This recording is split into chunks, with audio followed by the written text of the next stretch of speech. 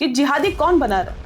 जिहादी तो ये मुसलमान ही बनाते हैं ना, मुल्ला मौलवी। कई बार देखा गया है कि मदरसे से हथियार भी बरामद किए गए हाँ आए हैं, सवाल उठते हैं तो बड़ी दिक्कत हो ऐसी बहुत सी जाती है। चीजें आई हैं सामने और है, ये सच्चाई है। हाँ। वो उसी चीज का हिस्सा है ना। अब वो पहले तीर का तलवार का जमाना था, तीर तलवार पाए जाते थे। अब बंदूक का जमाना है, इंटरनेट का जमाना है, तो वही चीजें मिलेंगी ना। कि मौलाना मौलवी क्या भूमिका अदा करते हैं? ये है एक तरह से ड्रामेबाजी। कि मैं कह रहा हूँ नबी सल्लल्लाहु अलैहि वसल्लम ने उन गुलाम औरतों के साथ बिना निकाह के संबंध बनाए हैं, और जबकि ये बताते हैं मुल्ला मौलवी के इस्लाम में निकाह बिना निकाह के। आप मानते हैं कि जितने भी मुस्लिम हैं सारे कन्वर्टेड है? बिल्कुल, हिंदुस्तान के अंदर सब कन्वर्ट हैं, इसमें कोई शक नहीं है। नमस्कार, बहुत बहुत स्वागत है आपका। मैं हूं आपके साथ नेहा दुबे। हर धर्म में कुछ ना कुछ खामियां होती है, कमियां होती हैं, लेकिन लोग उसको बोलते नहीं हैं। हमारे साथ इस वक्त जो गेस्ट मौजूद हैं, एहसान जी, वो खुलकर अपनी आवाज उठाते हैं और बताते हैं कि देखिए ये कमियां हैं, ये खामियां हैं, यहां पर दिक्कत है और उन दिक्कतों को दूर करने की जरूरत है। इस्लाम धर्म की आज हम बात कर रहे हैं क्योंकि जब भी कोई ब्लास्ट होता है, जब भी कोई इस तरह की घटना होती है, तो उसके पीछे ऐसे लोगों का हाथ जुड़ा हुआ होता है या ऐसे लोगों का हाथ होता है जो कि इस्लाम से जुड़े हुए होते हैं। और फिर जब सवाल पूछा जाता है तो बहुत दिक्कत होने लगती है। अब सवाल इस बात को लेकर भी कि आखिर ये शिक्षा कहां दी जाती है, क्यों दी जाती है, ये जहर कहां बोया जाता है, ये बीज कहां बोया जाता है। इस बारे में आज हम एहसान जी से उन्हीं की जुबानी पूछेंगे और समझने की कोशिश करेंगे कि दिक्कतें आखिर है कहां, उस दिक्कत को समझते हैं। एहसान जी, बहुत बहुत स्वागत है आपका। जी बहुत शुक्रिया जी। एहसान जी, देखिए, जब भी कोई ब्लास्ट होता है, चाहे हम मुंबई आतंकी हमले की बात करें, हम दिल्ली की बात करें, या फिर संसद में जिस तरह से हुआ था हम उसकी बात करें, इस्लाम से जुड़े हुए लोग ही सामने आते हैं। क्यों? बिल्कुल वो आएंगे भी, क्योंकि मैंने खुद भी देखा है इस चीज़ को। खैर आप पूछ रहे हैं, मैं बता रहा हूँ, ये देखते भी हैं। जितने भी ये ऐसे घटनाएं मिलती हैं हमारे हिंदुस्तान के अंदर या आसपास में भी, तो मुसलमान ही उसमें नजर आते हैं ज़्यादातर। मुसलमान नाम से ही आते हैं और उनकी शिक्षा भी उसमें दिखाई देती है। जैसे अभी पहलगाम में घटना हुई थी, वहां पे अगर मान लीजिए अगर आतंकवादी हमला होता या दहशत फैलाने वाली बात होती खाली, तो वो लोग फिर इंसानों के नाम क्यों पूछते या उनका खतना क्यों चेक करते, या मतलब कोई भी ऐसी बात क्यों करते जो इस्लाम से मैच खाती हो।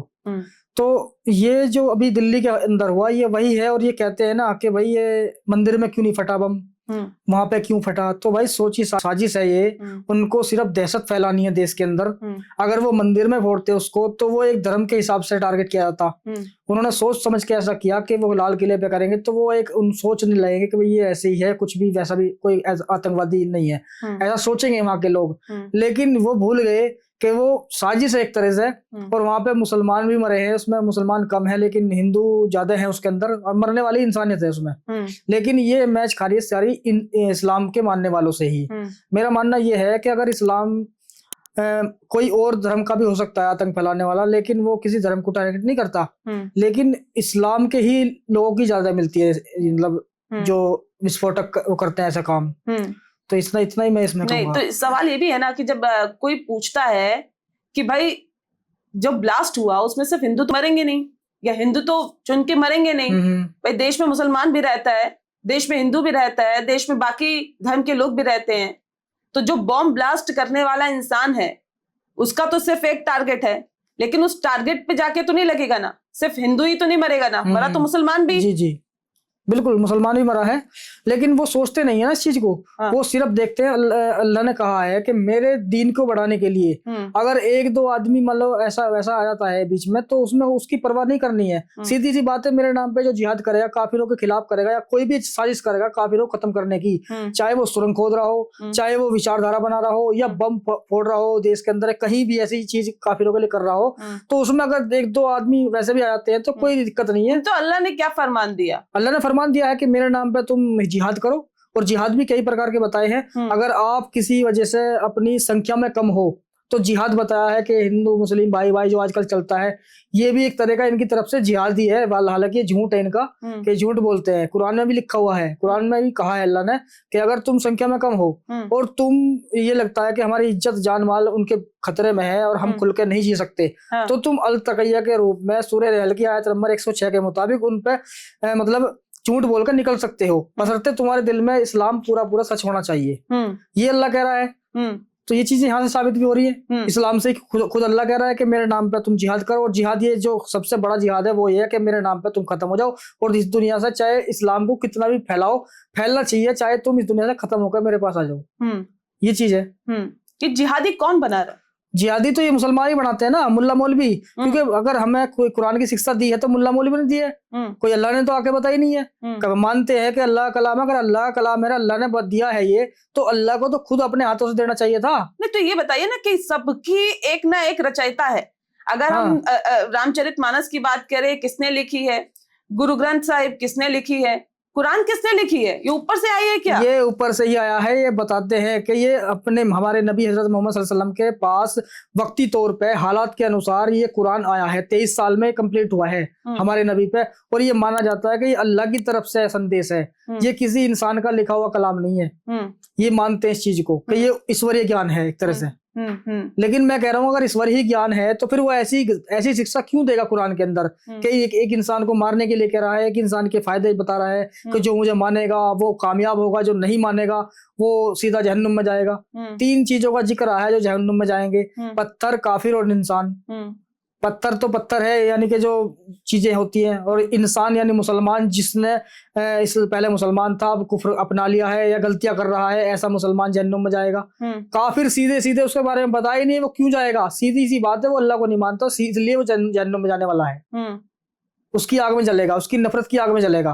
ये अल्लाह कह रहा है। और जन्नत पे कैसे जाएंगे? जन्नत में अच्छे जो नबी ने काम किए है, अल्लाह ने कहा है कि मेरी इबादत करो, चाहे तुम्हारे घर में लाश पड़ी हो, कोई मसला नहीं है, तुम्हें पहले मेरी आगे सर झुकाना है, और नबी जो मोहम्मद साहब आए हैं उनके तरीके अपनी जिंदगी गुजार के जानी है। उनका तरीका क्या है कि जैसे कि आजकल मिलता है, लोग कर देते हैं अबदारी तलाक वगैरह ही कर देते हैं, तो वो इसलिए कर देते हैं क्योंकि नबी ने उसमें इजाजत दी है कि हमें सही कैसे करना है उसको, तो इसलिए उनके हौसले बढ़ जाते हैं, वो ऐसा कर देते हैं। तो वो तरीका ऐसा नबी का है जो जिंदगी गुजारने वाला है नॉर्मली, तो उसको करके जाओगे तो आपको जन्नत मिलेगी। 72 हुरे कैसे मिलेगी? 72 हुरे वो जन्नत में मिलेगी ना, वो उसी का हिस्सा है। एक डिब्बा है मिठाई का, उसमें 7 तरह की मिठाई है, ऐसी एक मिठाई जहूर की भी है उसमें, जो 72 तरह की मिलेगी, और उसकी लंबाई 130 फुट बताई जाती है, कहीं 100 फुट बताई जाती है, ऐसी ऐसी चीजें मिलती हैं। तो उसकी खूबसूरती का वर्णन ऐसा किया है कि अगर वो 100 जोड़े पहनेगी लेकिन फिर भी नंगी होगी। नंगी मैं बोल रहा हूँ, लेकिन वहां नहीं लिखा हुआ, वो नंगी इसलिए अल्लाह कह रहा है कि 100 जोड़े पहनेगी फिर भी वो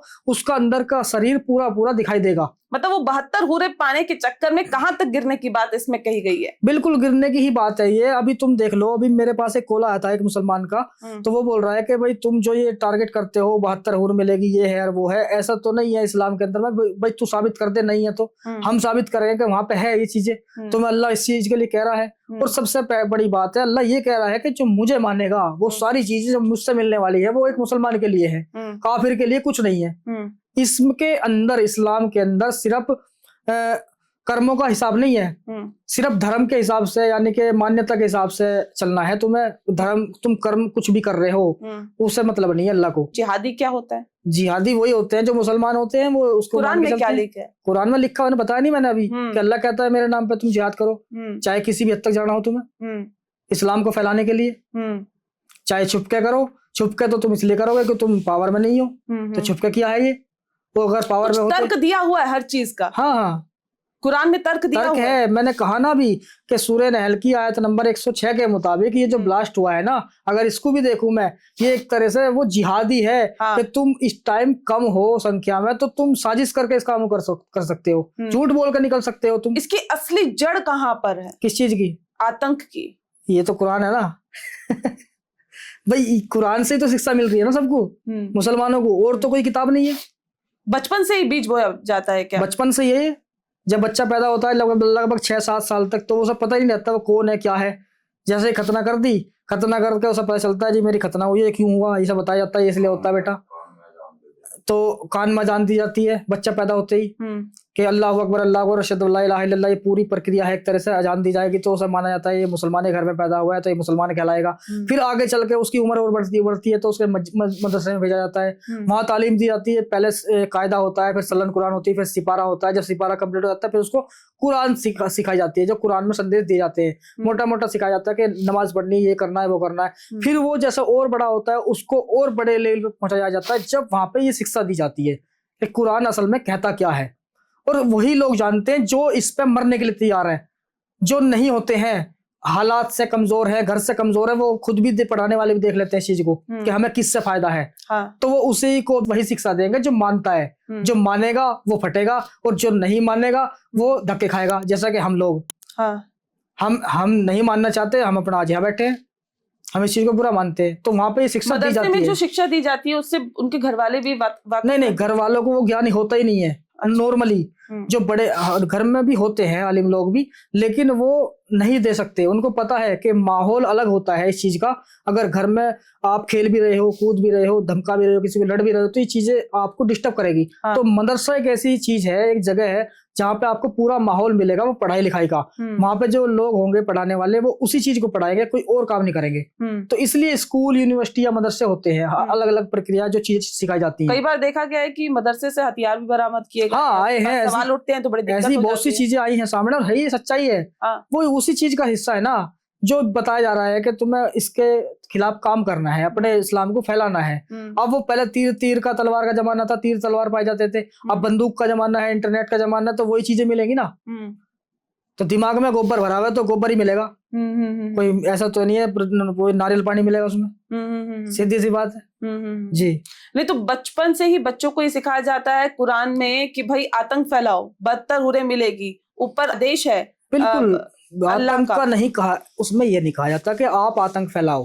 उनको ये कहा जाता है कि अल्लाह अपने दीन पे मर मिटने वालों को पसंद करता है। जो अपने दीन के लिए अपनी जान कुर्बान करके चला जाएगा वो अल्लाह के लिए, अल्लाह के नजदीक बहुत प्यारा है। अब जान कुर्बान करने का नजदीक का क्या मतलब? यही तो मतलब है।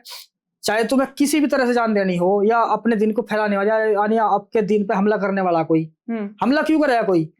तब करेगा जब आप इस दिन की जबरदस्ती किसी पे थोपोगे, तभी तो वो एक्टिविटी करेगा ना। तुम सीधी सी कह दो किसी हिंदू को भाई इस्लाम कबूल कर ले, वो नहीं कर रहा, बात खत्म होगी। अब तुम जबरदस्ती उसे थोपना चाहोगे तो वो क्या करेगा? हमला ही करेगा। और हमला के चक्कर में तुम उसके साथ जिहाद करोगे। फिर कन्वर्जन के बारे में क्या कहेंगे? बहुत हिंदुओं को मुस्लिम बनाने की कोशिशें अंदरूनी तौर पर की जा रही है, इसमें कैसे? इसका भी हुक्म इस्लाम से मिलता है जी। देखो हाँ क्या बोला गया इस्लाम? इस्लाम ये नबी सल्लल्लाहु अलैहि वसल्लम की तालीम है। वो खुद भी कुरान के अंदर भी ऐसे घटनाएं मिलती है नबी की कि उन्होंने खुद भी ऐसे काम किए। क्योंकि कुछ कुरान की ऐसी आयतें हैं वो कहती हैं कि आप जो है यहूदी और ईसाई औरतों से शादी कर सकते हो, मुसलमानों के लिए हुक्म है, बशर्ते वो अहले किताब हो, यानी उन किताबों को मानने वाली हो।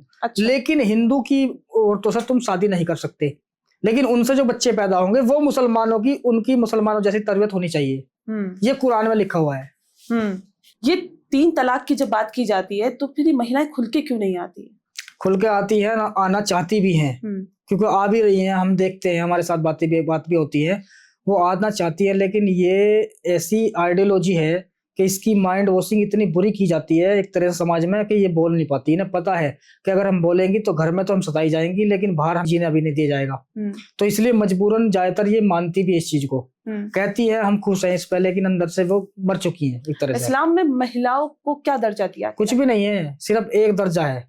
अगर वो अपने सोहर से या मर्द से परेशान है तो वो सिर्फ एक इच्छा रख सकती है कि एक काम करो, जब मैं तुम्हें अच्छी नहीं लग रही तो तुम मुझे तलाक दे दो। यानी खुला बोला गया है उसको, वो लफ्ज है खुला। खुला का मतलब है कि वो इच्छा जाहिर कर सकती है अपने आदमी से, सोहर से, कि आप मुझे तलाक दे दो अगर मैं तुम्हें अच्छी नहीं लग रही। भाई इतना है, वो चाहे उसको तलाक दे या ना दे, बस ये इच्छा है उसकी, बाकी और कोई इच्छा नहीं है। वो इस्तेमाल की वस्तु है। कुरान में भी कहा गया है कि औरतें तुम्हारी खेतियां हैं, उनमें जैसे जाओ वैसे दाखिल हो जाओ। सूरह बकरा की आयत नंबर 223 में है ये। तो ये खुद कुरान हुक्म दे रहा है इस चीज का। तो उसमें कहाँ की आजादी है जब तुम्हें पहले ही खेती कह दिया गया है कि तुम खेती हो, तुम्हें जैसा चाहो वैसा इस्तेमाल करो ना। कि मौलाना मौलवी क्या भूमिका अदा करते हैं? ये है एक तरह से ड्रामेबाज जो मस्जिदों में बैठे हैं। मैं इनके साथ इनके बिल्कुल खिलाफ हूँ। ये वो इस्लाम बताते ही नहीं है जो असल कुरान का है। ये सिर्फ मोटा मोटा ज्ञान बताते हैं। उनको पता है कि ये देश हिंदुओं का है या हिंदुस्तान है, यहाँ हमारी संख्या कम है, तो वही भाईचारे वाली बातें उनको सिखाई जाएगी कि भाई एक अल्लाह है, उसका एक रसूल है, तुम्हें अल्लाह की इबादत करनी है, नबी के तरीके पे चलना है, बस इतना ही।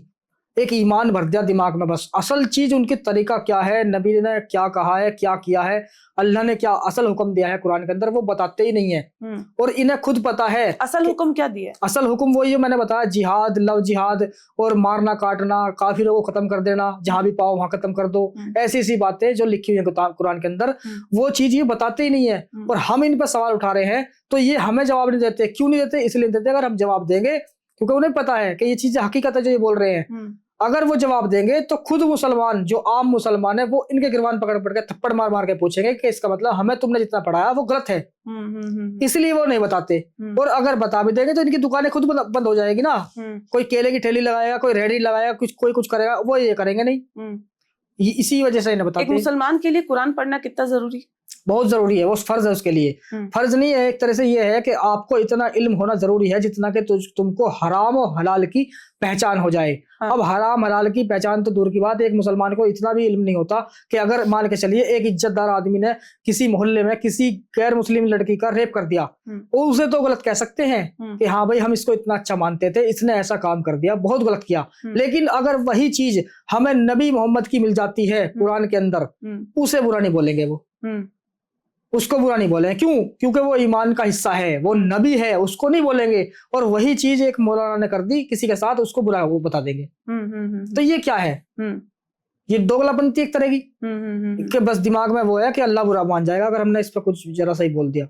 तो वहां अल्लाह का डर है, वहां मुल्ला का डर है। को तो नहीं है डर? नहीं, हमें डर नहीं है। हम सच देखो, मैं बताऊंगा, इतना खुल के आप बोल रहे हैं, इतना बेबाकी से बोल रहे हैं, लगता नहीं है कि जाना तो उनके बीच में है। देखो मेरी बात सुनो, बात जाने की आने की नहीं। मेरा मानना यह है और उनका भी मानना है कि जिंदगी मौत तो होनी है, इस दुनिया से जाना है। लेकिन मेरा मानना यह है, अगर मैं कुछ दिन जी गया और मैंने कुछ ऐसी बातें लोगों को पहुंचा दी जो इस इंसानियत के लिए अच्छी हैं और आने वाली नस्लों के लिए फायदेमंद है, और मरना मुझे फिर भी है। ये भी मुझे नहीं पता कि अगर इस्लाम में रहूंगा कि मैं एक्सीडेंट से मरूंगा या कोई मुझे मार देगा। ये भी गारंटी नहीं इस्लाम में रहने की कि हाँ मैं अपनी मौत मरूंगा। तो जब वहां भी गारंटी नहीं है तो यहाँ भी नहीं है, तो फिर मैं खुल के क्यों ना अपनी बात कहूँ। मैं गलत नहीं कह रहा बिल्कुल भी, मैं तो साफ बता रहा हूँ कि वो लिखा हुआ है इस्लाम के अंदर। मैं क्या गलत नहीं चीज बता रहा हूँ, कोई अपने घर से नहीं बता रहा मैं। वही मुल्ला मौलवी बता रहे हैं, मस्जिदों में बैठ के ज्ञान दे रहे हैं इस्लाम का, वही मैं यहाँ बैठ के दे रहा हूँ। तो दिक्कत क्या है? इसे तुम ऐसे ले लो कि भाई टेक्नोलॉजी का जमाना आ गया है। एक मौलाना आज कैमरे में बैठ के बिना टोपी के इस्लाम समझा रहा है। एक वो मौलाना था जो पहले टाइम में मस्जिदों में बैठ के समझाते थे, वो फेल हो गए। ये कामयाब है, इनकी मान लो। नहीं मानते तो कम से कम खुद पढ़ लो यार। हम जो बता रहे, हम बता रहे कुरान में वहां पे ये लिखा हुआ है, तुम खुद पढ़ो कि ये क्या लिखा हुआ है। चैलेंज देते हैं आप? बिल्कुल मैं दे रहा हूँ, चैलेंज है मेरा कि मैं कह रहा हूँ नबी सल्लल्लाहु अलैहि वसल्लम ने उन गुलाम औरतों के साथ बिना निकाह के संबंध बनाए, और जबकि ये बताते हैं मुल्ला मौलवी के इस्लाम में निकाह बिना निकाह के सेक्स करना हराम है, बिल्कुल बहुत हराम है, बहुत बड़ा गुनाह है, वो बताते हैं। लेकिन यहाँ हमारे नबी खुद कर रहे हैं। अगर वो गुलाम ही है, चलो है तो औरत ही है, तो एक जीव ही, और उसके साथ निकाह नहीं हो रहा, भले ही वो गुलाम बन गई, उसकी गुलाम तो उन्होंने बनाई है, वो क्यों गुलाम होगी? किसी को आप जंग करके जिंदा हत्या के लाओगे और उसे गुलाम बनाओगे तो गुलाम तो तुमने बनाई है, वो गुलाम नहीं थी पहले। अब उसके साथ तुम संबंध बनाओगे, सारे काम करोगे, वो जायज है तुम्हारे लिए, क्योंकि अल्लाह ने कहा है नबी के लिए। और इनके टारगेट पर अगर देखा जाए तो हिंदू महिलाएं कितनी ज्यादा होती है? ज्यादातर मानना यही है। वो कहते हैं कि मैंने एक सुना था एक मूवी में, वो बात हकीकत हो रही है आज, कि अगर घर की एक औरत बिगड़ जाए तो 7 नस्ल खराब हो जाती है, और मर्द बिगड़ता तो 1 नस्ल खराब होती है। तो सीधी सी बात है, अगर किसी की बेटी को आप फंसा के लाते हो तो वो आपकी 7 नस्लों को बढ़ाएगी, यानी कि एक औरत से 7 नस्लें मुसलमान कहलाएंगी। अगर मर्द आएगा तो वो तो हो सकता है अपने डिप्रेशन की वजह से किसी वजह से वापस भी जा सकता है किसी के बहकावे में, लेकिन औरत घर में रहेगी, वो बाहर नहीं जा सकती। इस्लाम के हिसाब से बाहर नहीं घूम सकती, अच्छी तरह से अपनी आजादी से नहीं घूम सकती बिल्कुल भी। तो वो क्यों जाएगी बाहर? फिर तो वो उसी माइंड वॉशिंग में रहेगी ना। और है भी ऐसा, बहुत सी होती है। मैं उनको जाहिल मानता हूँ, जो पढ़ी लिखी जाहिल बोलता हूँ उनको मैं, जो आलिमा कहलाती है अपने घर के अंदर, और वो ऐसे तर्क देती है इस्लाम में, ऐसे दर्श देती है कि पता नहीं क्या उन्होंने ऐसा पढ़ लिया। अरे मैं कह रहा हूँ मैं मानता हूँ इस्लाम का ये भी कॉन्सेप्ट है कि अगर एक भी बात इस्लाम के खिलाफ आ जाती है, इस्लाम में मिल जाती है, तो इस्लाम में से निकल जाते हो आप। और मैंने चलो 10 सवाल उठाए, 5 के आपने मुझे जवाब दे दिए, 5 के नहीं दे पा रहा कोई भी, तो फिर भी 5 के मुताबिक इस्लाम सच्चा नहीं होता। फिर तुम क्यों उसमें पड़ी बैठी हो? हकीकत ये है कि वो मजबूर है, वो खुल के नहीं बोल सकती। अगर उन्हें आज ये मौका मिल जाए या कोई सरकार ये ऐलान कर दे कि आज के बाद हमारी मुस्लिम बहनें भी खुलकर बोल सकती हैं, अगर कोई उन्हें परेशान करेगा तो आज उन्हें गोली से उड़ा देंगे, तो वो खुद के खुल के आएंगी। लव जिहाद क्या है? लव जिहाद भी वही एक इस्लाम का हिस्सा है। वो मान्यता है कि अगर हमें इस्लाम फैलाना है, जिसी भी तरह से फैले, चाहे वो लड़के फैले, चाहे किसी को दावत दी जाए इस्लाम की। अब एक बात बताओ, अगर कोई मुसलमान मर्द है, वो मुसलमान मर्द किसी हिंदू मर्द को कह रहा है कि भाई इस्लाम में अच्छाइयां हैं, और हिंदू को नहीं पता है, तो उसको फिर बतानी चाहिए ना अपनी पूरी बात इस्लाम की, कि हमारे इस्लाम में ये भी है, ये भी है, ये भी है। तब तो मान लो कि हाँ इस्लाम सही है, तुम सही शिक्षा दे रहे हो, वो उसकी बात है, वो माने ना माने। अब तुम आधा अधूरा ज्ञान उसको बताओगे तो वो तो अच्छा ही मानेगा ना, कि भाई एक ही ईश्वर को माना जाता है, कितना अच्छा लग रहा है, और जन्नत भी ऐसी चीज, और एक खुदा का मान्यता है। ऐसे लोगों पे हिंदू भाई फिसल जाते हैं। लेकिन और तो कभी यही मामला है, वे ज्यादातर इसलिए फिसलती बेचारी, बस प्यार मोहब्बत में पड़ जाए, और कुछ वे ऐसी कस्में खावे जीने मरने की, बस वो दिमाग में घूमती रहे, बस कि मैं और मेरा ये बस। खतना क्या है? खतना कुछ नहीं है, इस्लाम का हिस्सा नहीं है। ये इब्राहिम अलैहिस्सलाम से चलती प्रथा आ रही है, जो उस टाइम पे मतलब चली थी ये। तो हालांकि इस्लाम का हिस्सा नहीं है, सिर्फ एक मान्यता है कि अगर ऐसा कर लेंगे तो ये अच्छा ही है, क्योंकि इसमें अगर आदमी पेशाब वगैरह करता है, ये इसको धोते भी है। इनका मानना ये, अगर ये कटा हुआ होगा पहले, तो इसमें जो रुका हुआ पैसा वगैरह होगा वो साफ हो जाएगा, यानी नमाज पढ़ने में आसानी होगी, हमारे कपड़े खराब नहीं होंगे। एक तरह से ये है, साफ सुथरा के हिसाब से है। बाकी ये नहीं है कि हाँ ये पक्का सही है, करवाओगे जब भी कोई बात नहीं करवाओ जब भी कोई बात नहीं है, लेकिन ये अच्छा माना जाता है इस्लाम के हिसाब से ही। जो खतना नहीं करवाता वो मुस्लिम नहीं है? नहीं, ऐसी कोई बात नहीं है। जो तुम खतना नहीं करवाता कोई, तो ऐसा नहीं है कोई मुसलमान नहीं है, मुसलमान है वो तब भी। लेकिन वो मानते हैं कि हम जब नमाज के लिए जाएंगे, हम पेशाब वगैरह जो करेंगे, तो कुछ कतरे पेशाब के रह जाते हैं उस ना कटने की वजह से। तो हो सकता है हमारे वो कतरे कपड़ों में लग जाए तो हमारी नमाज नहीं होगी। तो साफ सफाई के लिए इसके किया जाता है बस। ये 5 बार की नमाज का क्या मतलब? 5 टाइम की नमाज का हुक्म नहीं है कुरान के अंदर, सिर्फ 2 टाइम का जिक्र मिलता है, और वो भी नमाज का नहीं है, सलात का है। सलात का मतलब ज्यादातर ये होता है कि जैसा कि अभी मैं बैठा हूँ और मुझे कोई खुशी मिल जाए, तो मैं क्या कहूँगा, ए अल्लाह या परमात्मा, बड़ा सुकून मिला के मेरी इच्छा पूरी हो गई। ये एक तरह से किसी भी टाइम पे आप उसे याद कर सकते हो, खुशी पे, गम में, या अपने मन की मर्जी से, ये होगी सलात। लेकिन एक कुरान के अंदर ये कहीं नहीं है कि आप एक फिक्स टाइम करके उस चीज को पढ़ो या याद करो या उठक बैठक करो या ऊपर नीचे हो जाओ, ऐसा कुछ जिक्र कुरान के अंदर नहीं है। ये सिर्फ नबी सल्लल्लाहु अलैहि वसल्लम ने खुद अपनी जिंदगी में अपने फायदे के लिए चीजें लोगों को बताई, कि ताकि इसको माने और मुझे इसका फायदा मिले, लोग मुझे मानने लगे। जी, ये सिया और सुन्नी का क्या फर्क है? सिया सुन्नी ये उसी टाइम से चला है जब नबी सल्लल्लाहु अलैहि वसल्लम इस दुनिया से चले गए थे। तो ये सिया लोग जो है ये उमर फारूक के मानने वाले थे, यानी कि 2 दोस्त थे ये, नबी और मोहम्मद, और उनका जो समधी एक तरह से, उनकी जो लड़की थी वो मोहम्मद के घर में थी, हफ्सा यानी ससुर था वो। तो वो उनके जो मानने वाले थे वो चाहते थे कि अली, जो अली नबी का जो दामाद है, वो बने उस टाइम का जिम्मेदार, नबी के बाद खलीफा बने, वो ये मानते थे। लेकिन अबू बकर के जो मानने वाले थे वो कहते थे कि नहीं, उस्मान जो है वो अलग, उस्मान उनका चाचा था नबी मोहम्मद का, तो वो मतलब वो खलीफा बनना चाहिए। लेकिन उनमें डिफरेंस था, एक तरह मतभेद पैदा हो गया, एक जमात हो गई सुन्नी की, एक सिया की। तो वहां से ये दोनों चीज चली है। ठीक है, हाँ, सिया सुन्नी का जो मसला है, ये एक दूसरे के कट्टर दुश्मन होते हैं, ऐसा क्यों? दुश्मन तो होंगे ही ना।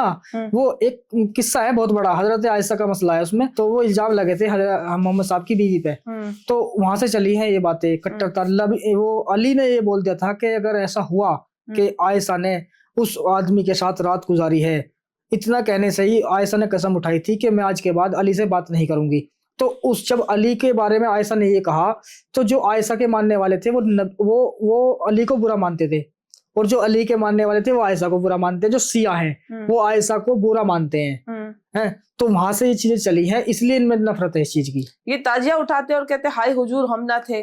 हाँ, वो हुसैन के बारे में, हाय हुसैन के मानते हैं एक तरह से। हुसैन कौन? हुसैन जो है नबी मोहम्मद के नवासे थे, यानी कि उनकी बेटी के बेटे। हजरत फातिमा जो थी, हजरत मोहम्मद की जो बेटी थी, उनके 2 लड़के थे ये, हसन हुसैन। तो एक को जहर दिया गया था और एक करबला में शहीद किए गए थे ये। और दो, ये कोई हिंदू मुसलमानों की लड़ाई नहीं थी, ना काफिरों की थी, ये सब आपस में मुसलमान ही थे जो लड़ने वाले थे करबला के अंदर। और ये आपस में ही ये चीजें की इन लोगों ने। आप मानते हैं कि जितने भी मुस्लिम है सारे कन्वर्टेड है? बिल्कुल, हिंदुस्तान के अंदर सब कन्वर्ट है, इसमें कोई शक नहीं है। मैं ये मान ही नहीं सकता कि हाँ कोई मुसलमान पैदाइशी या पहले से ही मुसलमान हो, क्योंकि 1400 साल पहले सब खत्म हो चुका था। ये तो इंडिया के अंदर जितने मुसलमान हैं सब हिंदुओं की या जो आइडियोलॉजी यहाँ पैदाइशी है हिंदुस्तान के अंदर, वहां से पैदा है ये।